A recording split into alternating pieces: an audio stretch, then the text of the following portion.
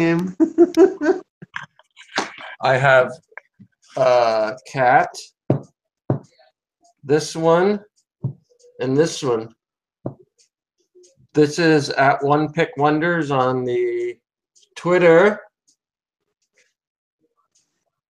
with Bear and Putty and Dan. This is where you win. We show you how to make money winning on sports betting. This happens to be the NFL season, so we are at One Pick Wonders NFL Week 17. Coming off a loss, our team of the Buru Big Buru B, Big Danny D, and myself, Scotty O. The Buru is notably absent tonight. He's probably passed out in the snow. He probably won't have use of his fingers by morning. Yeah, right. It's down to like 12 tonight, I think. Yeah, so this is going to be Brian tomorrow. He'll be like, after he gets his fingers cut off from frostbite, from passing out in the snow tonight. His pre-New Year's Eve celebration. So how did he do at the Christmas party this year? We always hear stories about Brian at the company Christmas party. Well, Rand cut everyone off after 3 drinks. So he had a Long Island iced tea. Then he hijacked someone's Blue Moon. A waitress was coming around with it. She didn't know who it went to, so he just took it. And then he had a second Blue Moon.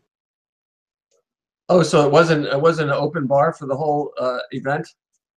No. So you weren't able to sexually harass females? So you were disappointed? No one harassed anyone. No one did anything stupid. No one danced on the table. So it's nothing bad. So everyone was well behaved, including Brian. So you weren't able to pat your coworkers on the ass or anything fun like that? No, not really. Wow, that's sad. So was there an after party? People said, all right, well, let's take this show on the road after the Christmas party. Brian was supposed to, but he crapped out. He was going to go to this bar where one of the employees works as a bartender, but it was in a neighborhood that Brian rather not venture into, so he crapped out and went home. This is not like my brother. Well, I guess once the booze starts being free, then he's gotta take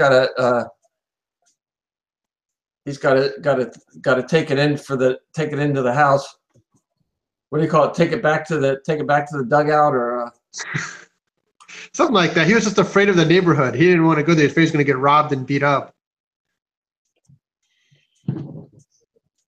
So what did you do? Did you have your 3 drinks? No, I can't drink anymore. I have pretty bad stomach problems, so I can't drink alcohol. What about a beer bong where you put like the funnel up there? It goes right into your stomach. You hardly even taste it. I want to taste it, but I can't drink it. Otherwise, I get sick. I throw up. It's really horrible. What about the pure stuff? If you go to like the pure grain alcohol, maybe that could work for you. I don't think so. Anything with alcohol in it. The word alcohol automatically makes it no good. I tried drinking Coors Light, which is the Evian water of beer, and I couldn't drink that. I got sick. I was very disappointed. Wow. So do your parents still drink, or is it running in the family or something? Well, my sister has a different problem. She's allergic to alcohol. My parents drink. Yeah, they drink wine occasionally. Wow. So are your parents coming back to Sarasota anytime soon? I don't think so. I don't know. They're going to Mexico next month. Oh. So, and I'm going to join them there for a week. It's going to be fun, but they're going to go to Mexico. Oh, really? You're going to do a week in Mexico? Yeah, in Where February. Where are you going? I forget the name of the town. Some San Miguel, I think it's called. If I'm not mistaken. It might be called something else. I don't know. It's not like you to travel or anything. Have I've you been ever, around. you've been around? Where you been? You been out of the country before? Oh, sure. I've been to, well, Canada, if that really counts, but England and France, Israel, Wow. the Caribbean, all kinds of islands of the Caribbean, St. Lucia, Jamaica, whatever. Oh, okay. So you're not like Brian. No. You've been outside of Pennsylvania. Yes. Many, many times. I've been out west in the south, everywhere, a lot of places in this country, California, Arizona, Utah, Florida. I have not been to every state in the U.S., and it's not a goal of mine. I will not achieve that Oh well, so that's Mississippi's loss, I guess. unless they take my dead body on a tour. You know, through every 50 states, like they did Abraham Lincoln or something. Well, I mean, it's your will. You can put in there whatever you want. You want to be stuffed and taken around the country. They have to do it. Weekend at Bernie's. The summer across the country with Scott. Hey, you know what? That could be an interesting death wish. That when you die, you put it in your will. If you want all this money, you have to take my body to every state in the United States and travel with it. No, but that's a problem because dead bodies across state lines, you always get into trouble with that. You know. But they did it with Lincoln. I mean, you know, back in the day, Lincoln paraded his dead body up to New York City, Philadelphia, Chicago. I don't know where else. But there weren't 50 states back then. Hmm. But you could fly it in a plane around. That could Yeah, be. that's right. Rent a jet. Just go back and forth. Space Right. shuttle. Send you up in the space shuttle. It takes one trip around and you're done. It'll take like a day. Well, that's what they did with Hunter Thompson. They shot him off into space. Yeah, that's what he wanted. Yeah, shoot your ashes off into space. He wanted to be, originally his idea was he wanted to be chopped up and shot out of a cannon in his backyard, but they didn't do that. He was a fascinating guy. Oh yeah, he was quite a character. Yeah. So, can you hear the music in the background? Yes. So what happened last week? I warned you guys about the game. Yeah, well, the Black Morning screwed us over again. He should have challenged the call at the end of the game.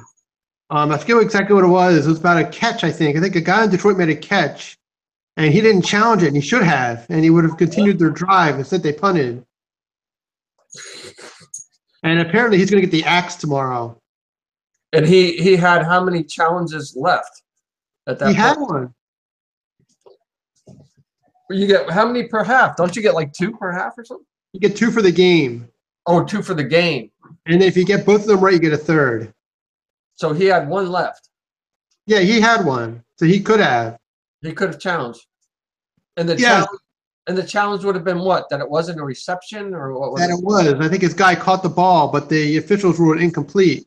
And if they reviewed it, they'd have saw it was a catch and the drive would have continued. Instead, they gave up the ball and punted. And the guys on TV killed him. And the Cincinnati won, but I mean, you guys were picking Detroit, but Cincinnati like more than covered the spread, though, right? I mean, they won. Yeah. Yeah. I think it was a small spread. I think it was only 4. Yeah, it was like 3 or 4. Yeah. All right, so who are we picking this week? San Francisco over the Los Angeles Rams. And let me call up check my phone bar. Let me call up the latest spread. I saw, last time I saw it was at 4, -4 for San Francisco. Okay, are they a 4 o'clock game? This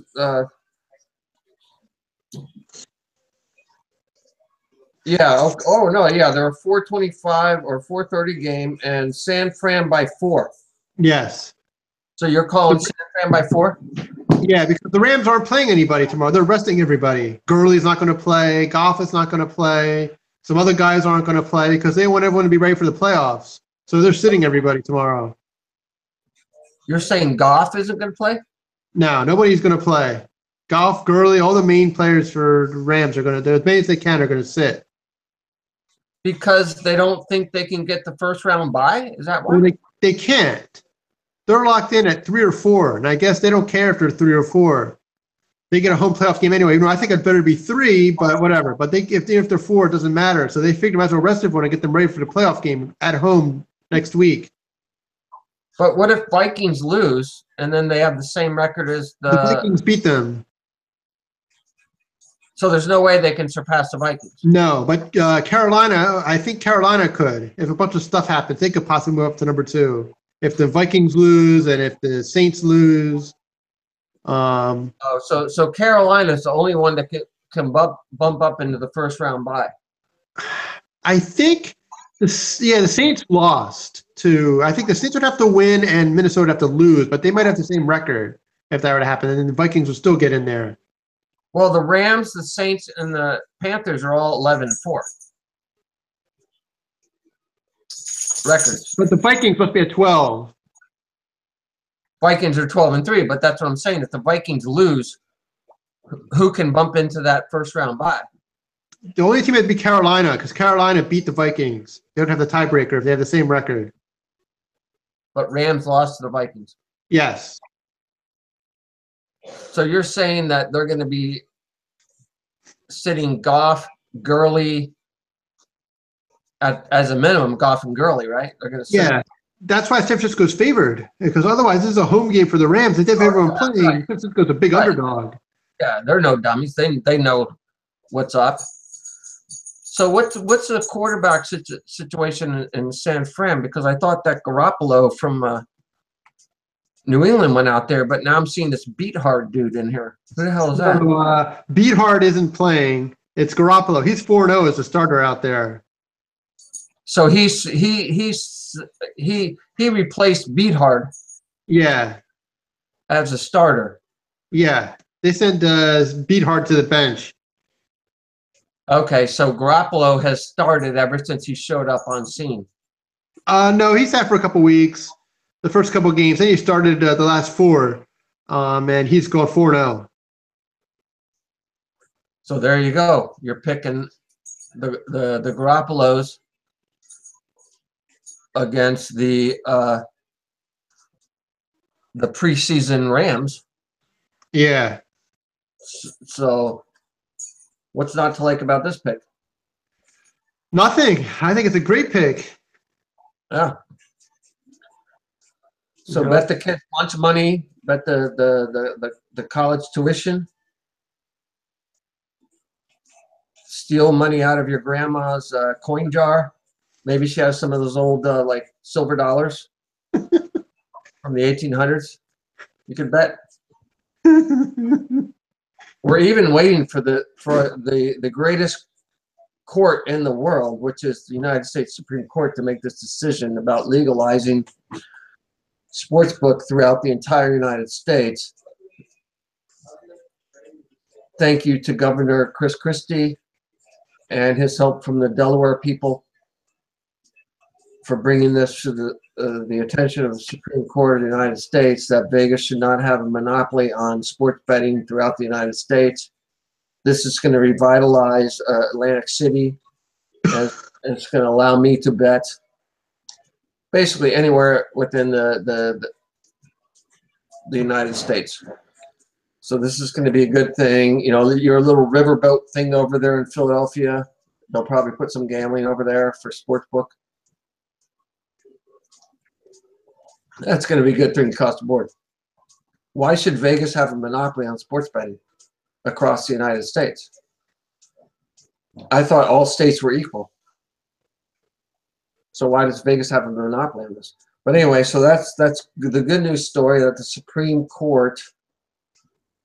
Is there any way we can pay them off, Dan? Is there any way we can tell people where they can donate to the Supreme Court to, some payola, grease the palms a little bit?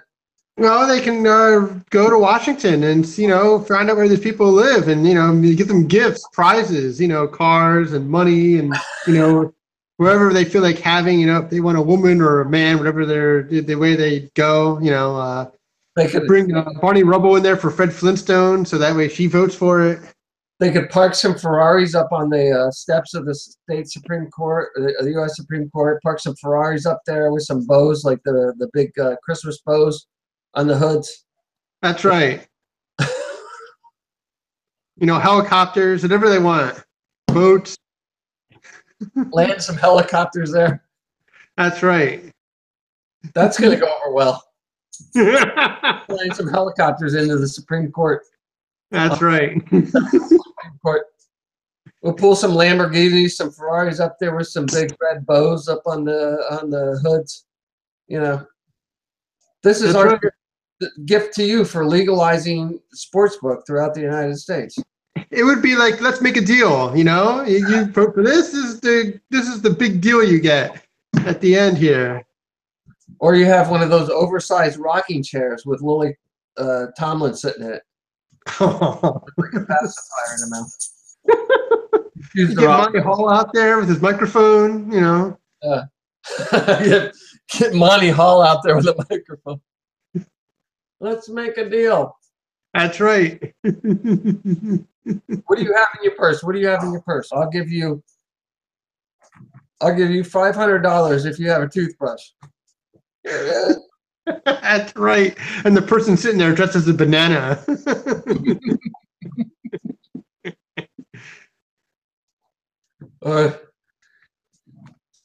Yeah, those outfits weren't too pricey on the old. What do they call that show? Let's Make a Deal. Let's Make a Deal. Those they never went overboard on the cost of those costumes, did they? No, not at all. All right, so we are picking your San Fran. Well, and this golf guy went to UC Berkeley, which I find interesting. And he was a first round. How do you get a first round draft pick quarterback out of UC Berkeley? How does that Aaron happen? Rodgers? Aaron Rodgers was UC Berkeley too? Aaron Rodgers was UC Berkeley? Yes. Well, back in Vietnam, General MacArthur called President Kennedy and he said, "Mr. President, give me one tank battalion and I will push UC Berkeley into the Pacific Ocean." He called President Kennedy and said that during the Vietnam War. Well, fortunately, he didn't do that. President Kennedy said, "With all due respect, General, I appreciate your offer of help, but I don't think we're going to take you up on that." So we have some great scientists come out of that school. You need UC Berkeley. Well, I don't even think they allow recruiters on campus. So, if we resort to UC Berkeley and the Amish defending us, I think we're pretty vulnerable at that point. You don't think the pitchforks would work? Not only do they only have pitchforks, they're conscientious objectors. It's like we need other institutions in the United States other than the Amish and UCal Berkeley to defend this nation. That's just the reality of life. Sometimes you need to take up arms and defend yourself. And it's nice to think that we don't, but we do. So I'm just surprised that good football players come out of there, because I would think it'd be a bunch of powder puffs. No, Marshawn Lynch went there. Your boy. No shit. Wow. Okay. Well, maybe I got to take another look at that place. It's in a Power 5 conference. It's a big football program. A big unranked football program? Is that an oxymoron? No, but if you're one of those Power Five conferences, you're not, even if you're not great, you're still not fooling around. It's better than being like, Ohio University or, Northern Illinois or Southwest Missouri State or something. Don't be talking about my Slippery Rock now. Or my, Hey, I went to Millersville. or my Appalachian State. Oh, Appalachian State. They beat Michigan a few years ago. Shit. I would turn my shirt inside out and put it on backwards if I got beat by Appalachian State. I'm sorry.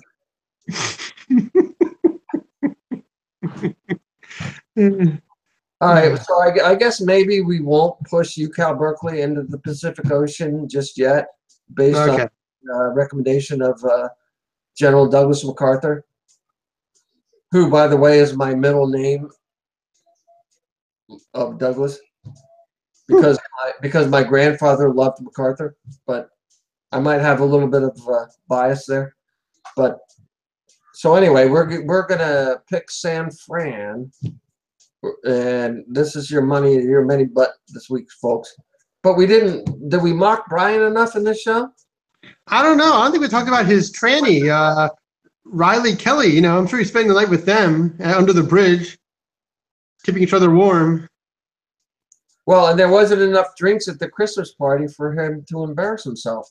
That was the sad thing. No, yeah, unfortunately, Rand wouldn't allow that to happen. All right. Well, we'll save it for another day. So go San on 3. Go 49ers. 1, 2, 3. Go 49ers. All right, Dan. Happy New Year. All right. Happy New Year. See you next week. See you next week. Bye. All right. Bye-bye.